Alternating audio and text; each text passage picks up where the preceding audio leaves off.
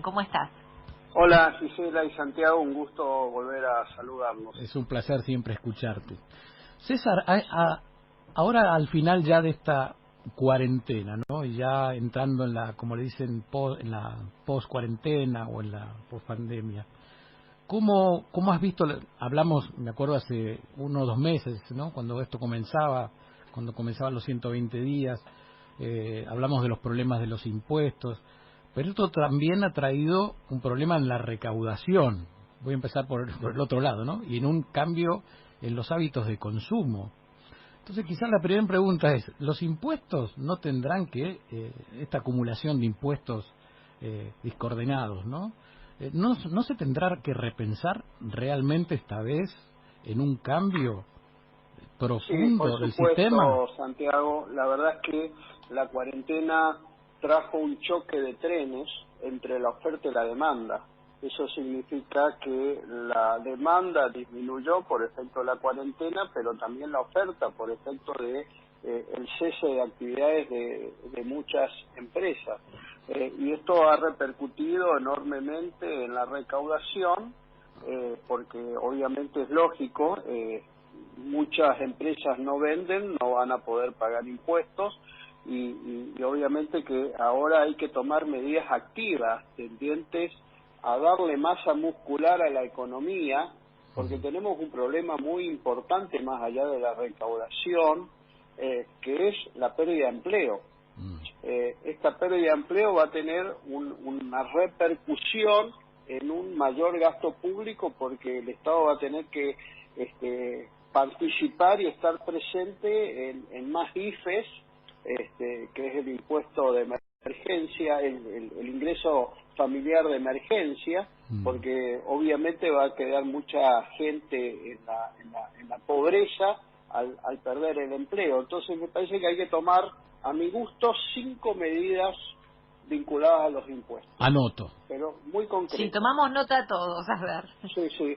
La primera es que hay que reactivar la demanda, y reactivar la demanda significa, nos guste o no, bajar impuestos al consumo como están haciendo otros países.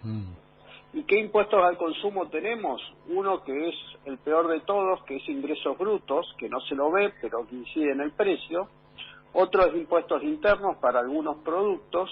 Y en tercer lugar, el IVA, El IVA. que el 21% es alto. En segundo lugar, hay que incentivar inversiones. Y hay herramientas impositivas para incentivar inversiones, que es la que va a crear empleo, a través de lo que se llama la amortización acelerada de activos fijos, es decir, que aquel que invierte en un bien de uso, aquel que invierte en bienes de capital, lo que van a poder, en lugar de deducirlo a través de largo plazo, deducirlo en un solo ejercicio, es un incentivo que se usa cuando se quiere motivar determinadas conductas. Y yo creo que las inversiones, insisto en esto, las inversiones son las únicas que van a poder generar empleo. En tercer lugar, ¿qué necesitamos? Divisas. Para que entren divisas, ¿qué necesitamos? Promover exportaciones. Hoy hay una herramienta que no se está usando y que es innovadora, pero que yo la he escrito al respecto, es eximir el IVA en la compra de los exportadores, porque ¿qué pasa con los exportadores? Tienen un costo financiero muy grande entre que compra un insumo hasta que lo exporta, y después largos trámites para que le devuelvan el IVA de los insumos comprados, porque el IVA se devuelve. Pero ¿qué pasa? Se devuelve cerca del año, un año, teniendo inmovilizado ese activo que es ese dinero que se paga por el IVA, y que se lo devuelve en un año, le pierde competitividad a los exportadores. En cuarto lugar, hay que bajar el costo laboral. Hay mucha informalidad, y la informalidad está dada básicamente con los salarios más bajos.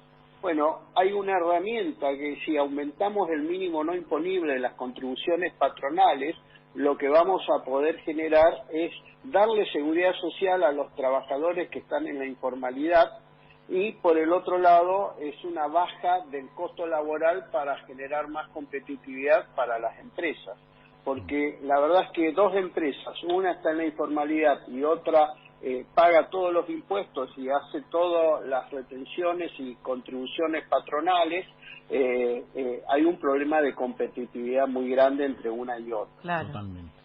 Y en quinto lugar, necesitamos darle dinero a los trabajadores para que consuman y mueva la demanda y mueva también futuras inversiones. Y hay un mecanismo muy concreto que puede hacerse que representa la posibilidad de aumentar un poco los mínimos no imponibles, tanto de los asalariados como de los autónomos, y eso genera inmediatamente más dinero en el bolsillo, y ese dinero en el bolsillo va directo al consumo, no se ahorra, va directo al consumo.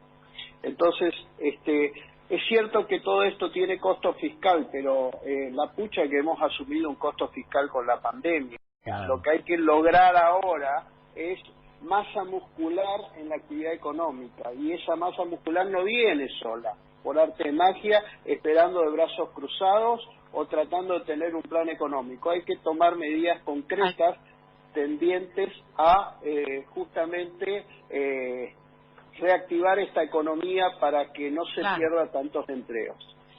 A incentivarla. Estamos hablando con César Litvin, él es tributista. Odio esa palabra, quiero que lo sepas, para pronunciarla siempre nos trabamos. Tributarista, es profesor de impuestos No, de la con que UBA. me digas contador público es suficiente. Ya está. Ay, me solucionó. Encontramos la solución.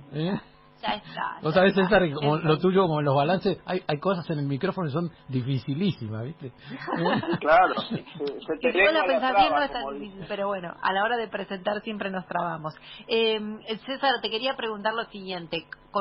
Viste que la pandemia lo que hizo de alguna manera fue mostrar otro modo de comportamiento de nosotros los consumidores y obligó a los vendedores a tener otro comportamiento también para brindar otra oferta. Algunos estudios, algunas personas aseguran que muchas cosas vinieron para quedarse y que en eso también hay que mirar la reforma tributaria hacia adelante, en que hay cosas que ya no se tienen que tener en cuenta como se tenían antes, como por ejemplo muchos negocios que quizás no vuelvan nunca más a un local. ¿Vos crees que eso es así o no? Esto ya es una situación que se viene dando por el avance tecnológico que permite las compras remotas y que las grandes tiendas en Estados Unidos venden mucho más por Amazon de lo que venden los locales, y les baja mucho el costo logístico también porque no necesita pagar tantas sumas de alquileres. Bueno, con la pandemia esto en el mundo se profundizó. Ya no va a hacer falta tantos metros cuadrados, ya no va a hacer falta tanta acumulación de stock. Yo creo que se puede hacer unas ventas online que vinieron para quedarse, pero también va a cambiar mucho los espacios de oficina. Nos hemos dado cuenta todos los que prestamos servicios que en rigor de verdad no necesitamos tanto espacio. Con tener algún lugar en la casa se puede prestar el mismo servicio, ¿sí? O similar, con buena tecnología y con buena señal de internet, por supuesto, que no siempre está presente. Y la cantidad de impuestos que pagaba, por ejemplo, una persona que tenía un comercio, ¿automáticamente eso también hay que pensarlo de otra manera? ¿O vos crees que todo eso puede seguir?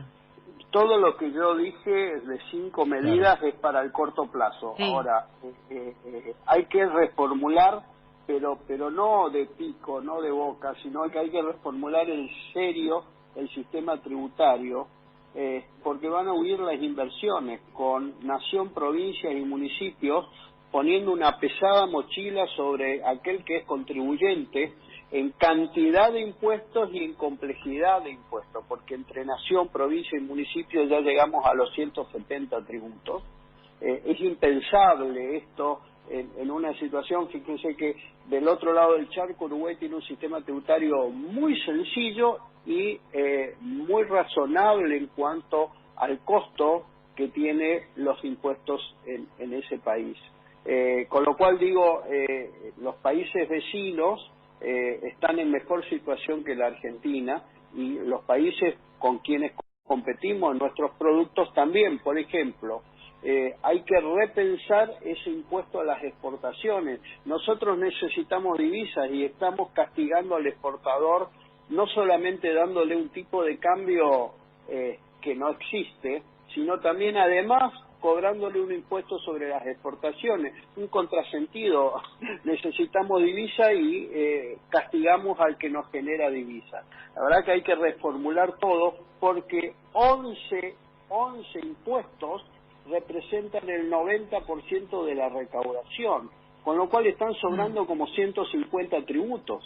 Es una locura. Claro. Estamos hablando con César Lid, contador, lo dije así, ¿no? Contador público y profesor de la... César, dame tu opinión de la moratoria o el proyecto de la moratoria, que yo por lo menos no soy un experto, pero creo que no llega a tiempo de votarse antes de fin de mes y tendrán que correr la fecha una vez más. Sí, la verdad la importancia de la moratoria, porque las empresas están fundidas, las pymes están fundidas, los comercios están fundidos y nadie puede pagar nada.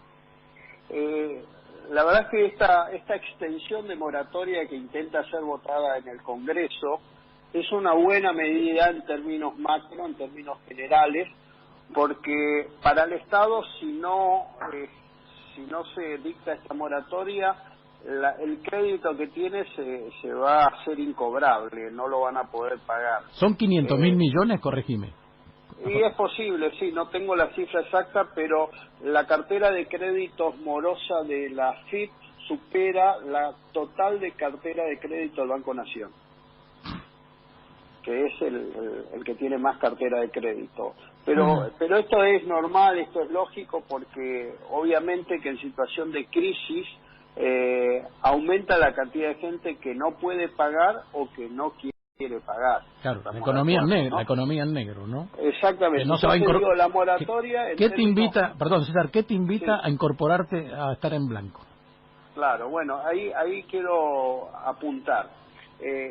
La moratoria es una buena medida, insisto, a nivel macro, porque va a permitir al Estado recaudar algo de lo que si no recauda, y por otro lado a los contribuyentes a regularizar en condiciones muy ventajosas, muy generosas, porque hay condonación total de multas y de penas privativas de la libertad, y hay una baja sustancial de intereses y se puede pagar en hasta 120 cuotas.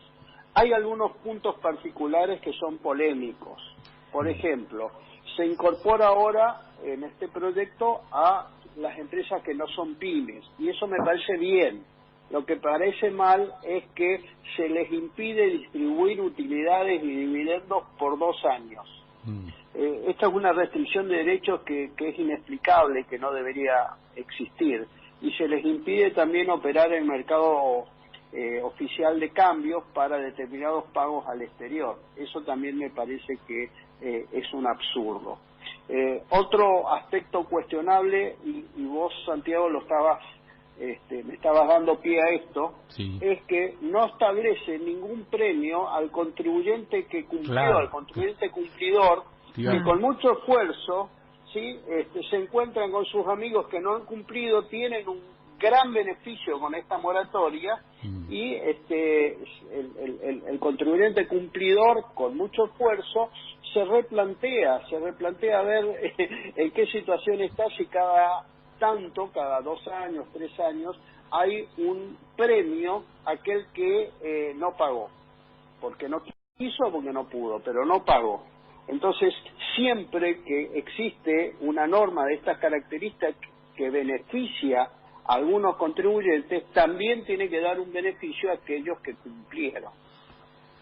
De acuerdo. Bueno, estamos de acuerdo. Yo tengo una última pregunta. ¿Ves voluntad como para que esto se pueda modificar? Ay. ¿Qué pregunta me haces, eh? ¿Qué pregunta me haces? Obviamente que acá hay que tener mucha convicción política, porque las decisiones, todo esto tiene que salir por ley, y todo esto tiene que tener un excelente debate parlamentario donde se deje de lado un poco los egoísmos políticos y se pueda debatir y mejorar y perfeccionar e incluso incorporar algunas medidas que yo no la he puesto acá, pero esto da para un debate serio, un consenso político muy importante, porque la situación post pandemia es gravísima.